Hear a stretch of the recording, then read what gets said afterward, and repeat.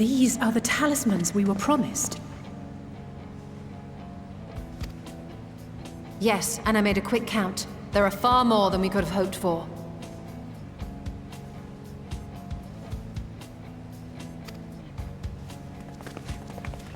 Enough to outfit an entire company of soldiers, in fact.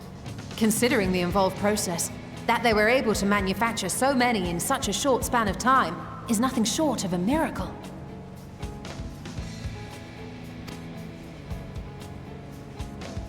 Once we have distributed them to our allies in Eorzea and the Far East, we'll have a fighting chance to bring down the other spires, just as we did with the Tower of Zot.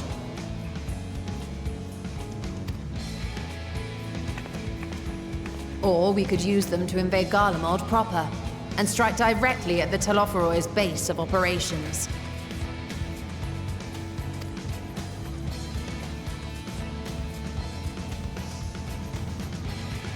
Of course, we would need to consult with various Alliance leaders before such a drastic measure could even be contemplated.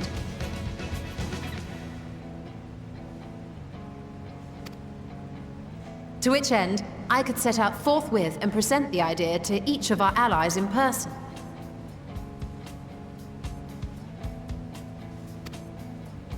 Pray allow me to undertake some few of those journeys.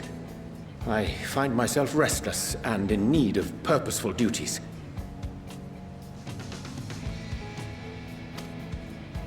I can head eastward.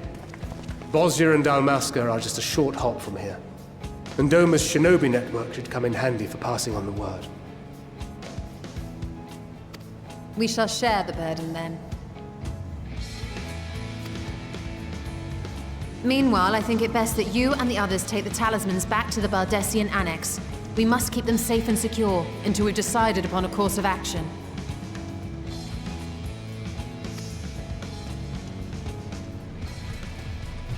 Please, I must speak with you.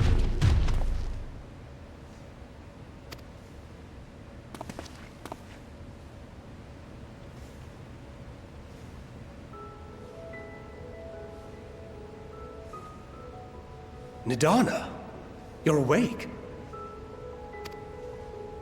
Yes. When I spoke with the carer at my bedside, she told me that one of the scions, a young woman, had cleansed me of the tower's corruption. It seems I'd been asleep ever since the treatment. But when I awoke and learned you were all still here, I knew I had to come.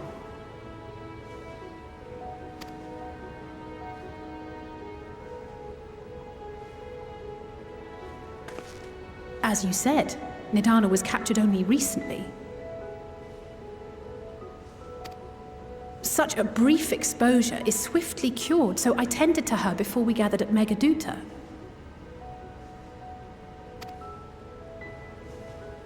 And I am truly grateful that you did. I cannot thank you enough. All of you, for everything you've done. Destroying the tower, rescuing our people. You've saved Thavnair from an awful fate.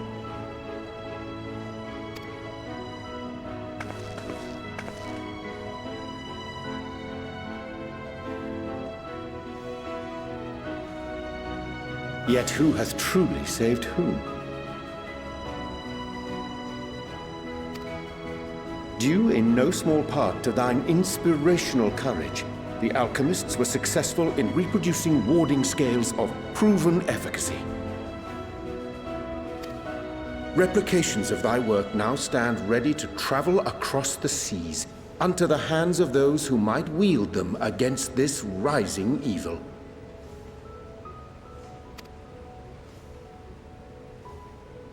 The talisman? Is this true?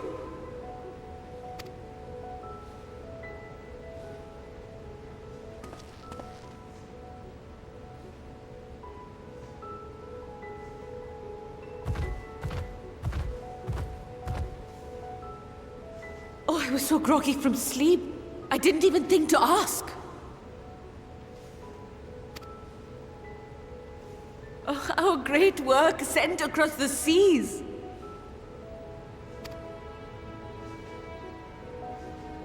It was worth it. Oh, it was all worth it.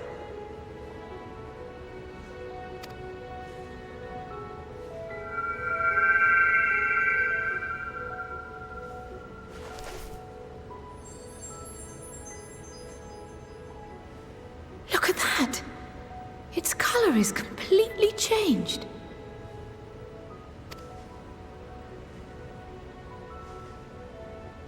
What do you have there?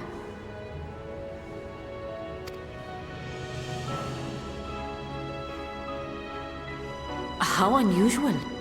I wonder if the effect is a reaction to Akasha.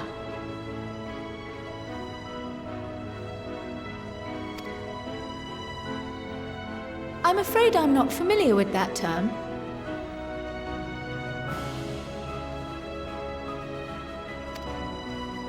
Akasha? It is one of the unseen energies defined by Harnish alchemical theory. Though a gross oversimplification, some describe it as an essence influenced by feelings. You imply that it is distinct from ether?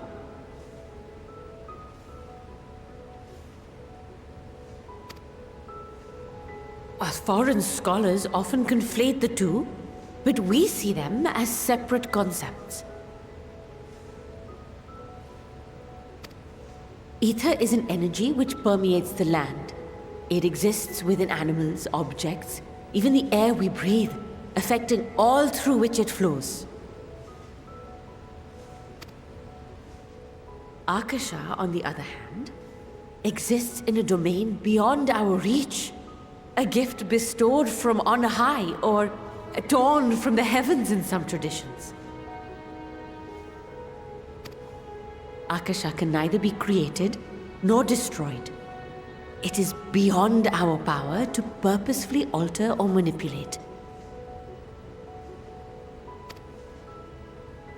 The only thing observed to influence it is an abundance of, I want to say, spiritual emotion.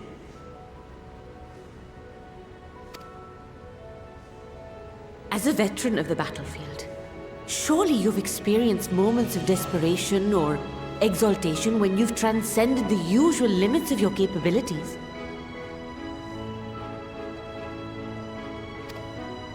That is a manifestation of Akasha, the invisible essence harnessed by heart, mind, and unyielding spirit.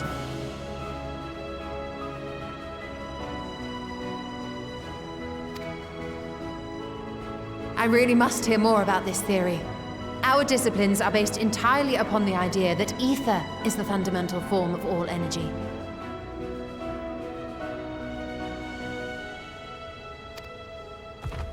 I'm glad my haphazard explanation has piqued your interest.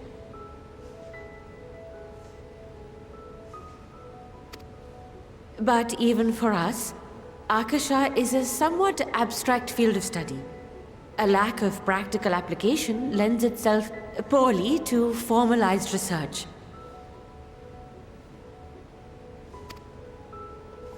Which is why my analysis of your flower can amount to little more than idle speculation. I am sorry. Nonsense! You have nothing to be sorry for. Your insight is much appreciated.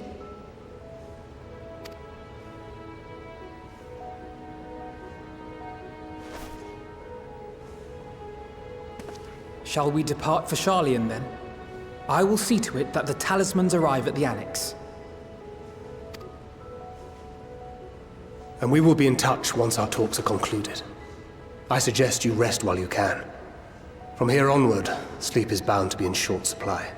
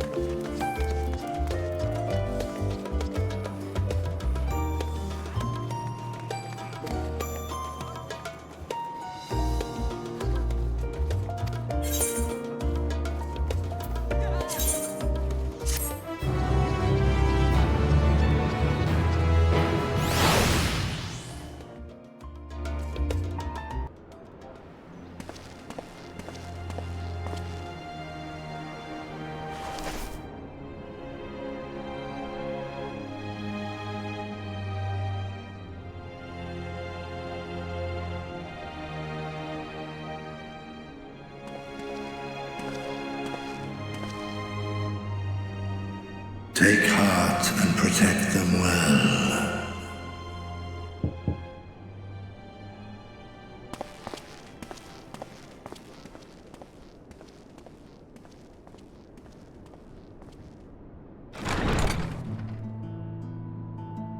Good, you're here.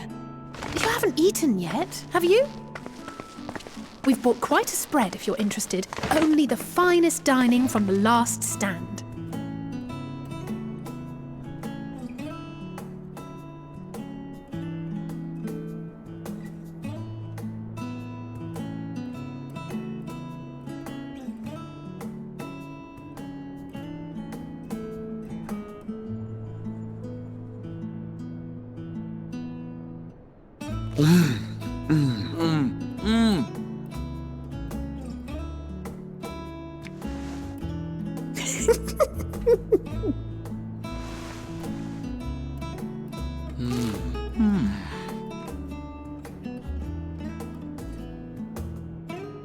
Lest you wonder, we invited Estinian as well. But he refused with a rather grim-faced, "No, thank you." I suspect Sharlayan cuisine is not to his liking. Oh, I don't know about that.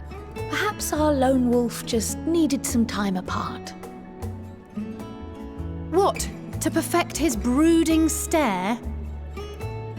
Next time, I'll drag him out by the ear, sit him down in front of a Sharlayan feast, and see that he eats every last bite. An excellent idea. Of all people, warriors must take proper meals and rest if they are to maintain a healthy constitution. Poor Estinian, beset on all sides.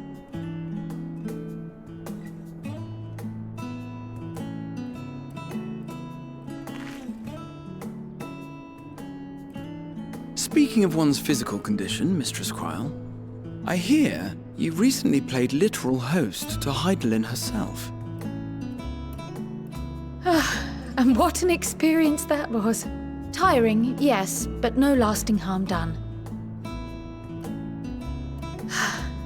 If anything, I should have liked to speak with her longer. I've not felt a hint of her presence since. Heidelin instructed you to carry that flower, yes?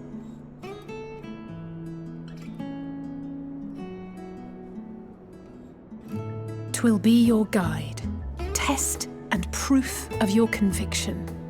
And then something about seeking joy in darkness, was it? Come to think of it, isn't that what happened with Nidana back in Radzat-Han?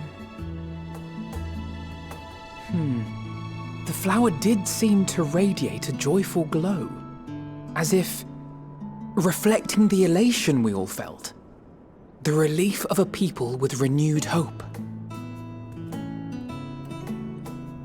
Indeed, and in turn I felt buoyed by that radiance. 'Twas akin to spotting a beacon and knowing we were on the right path.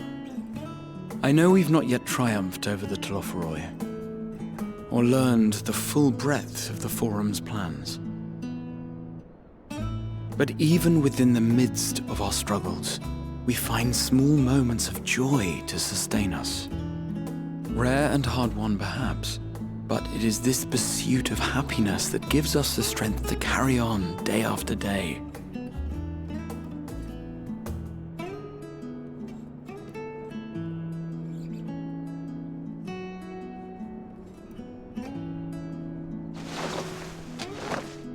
Hey, that's mine. To the swift the spoils. Though I recall that levitation spell of yours was quick enough. Only barely. And even at my best, I'm still too slow to wield it effectively in battle. Mayhap I simply require more practice with this new magic. You unearthed it from the depths of Numenon, I presume? Aye, and from a veritable mountain of arcane tomes at that. 'Twas necessary to facilitate my solitary explorations. Or, to put it simply, you used it to sneak around the Forbidden Archives. Yes. Well, after a fashion.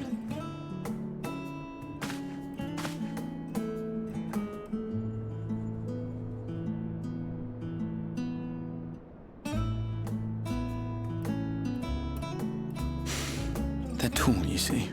The shelves, they're too tall for me. And I could hardly move the library's platforms without attracting attention now, could I?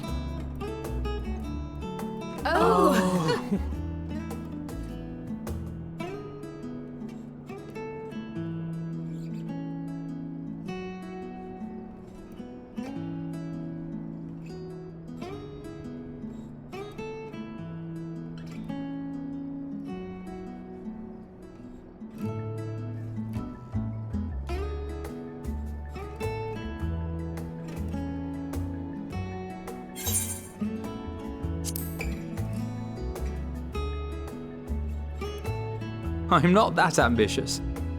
But 'tis pleasant to idle away the hours every once in a while.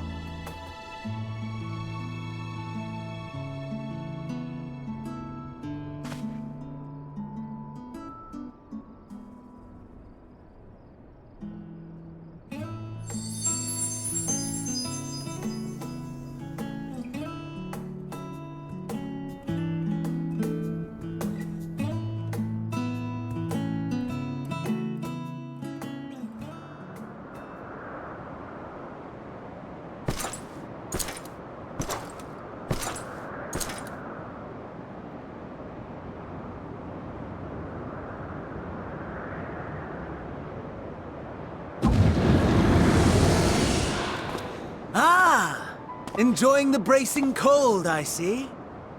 Do you not own a warm coat or a cloak? Something in fur? Or fashioned from the skins of your enemies? Or... well, never mind that. I come to you once more as the bearer of bad news. Our tower in Thavnir has been toppled. And I need not tell you by whom.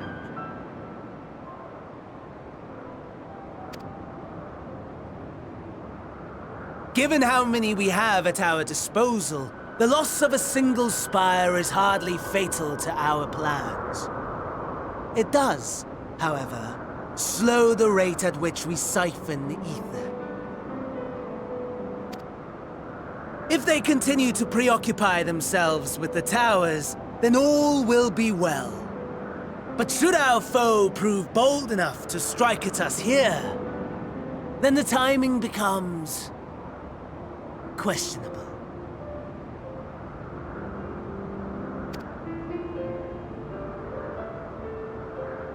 Our foe is bold enough. Of that, I can assure you.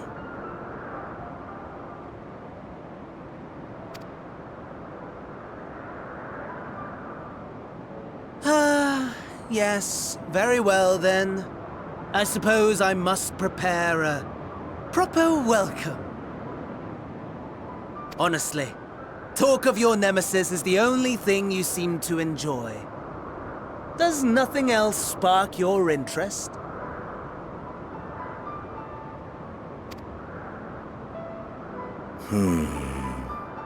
No.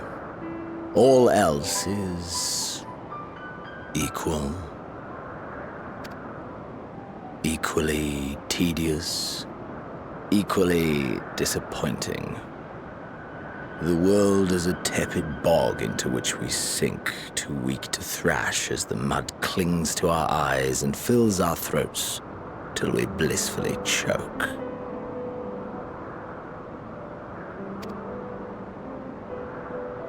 But then came the light, blinding and pure and hot, so very hot, enough to set my soul aflame. I basked in the afterglow until the void yawned once more, and then I knew the muck would never claim me again. There was naught for me ahead, So I drew the curtain on all that had come before.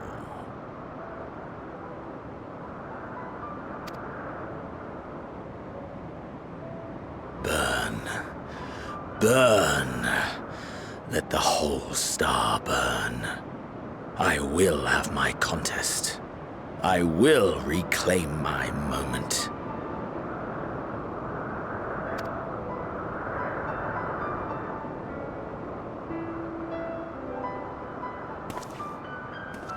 How wonderful that the emptiness of death has not dissuaded you from committing your life to its pursuit once more.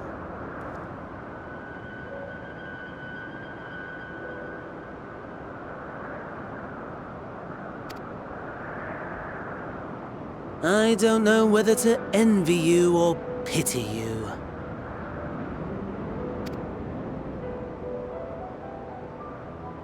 You question my disinterest, but what of yours? Despite your noisome antics, I sense you take little pleasure in this endeavor.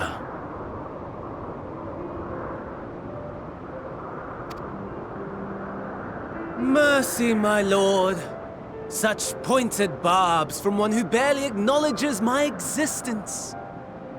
Nevertheless, you are mistaken. For I do find this part somewhat enjoyable. You see, when I was mortal, I would always have the same dream. It was a fragmented thing, disjointed, all the faces incomplete. The setting, too, was unknown to me, so I thought it simply a fantasy of my sleeping mind.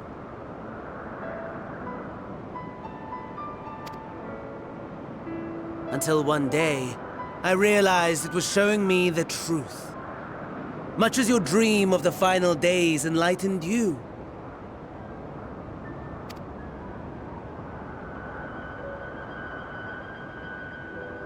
And soon, very soon, the rest of the world will see the truth of my dream, too.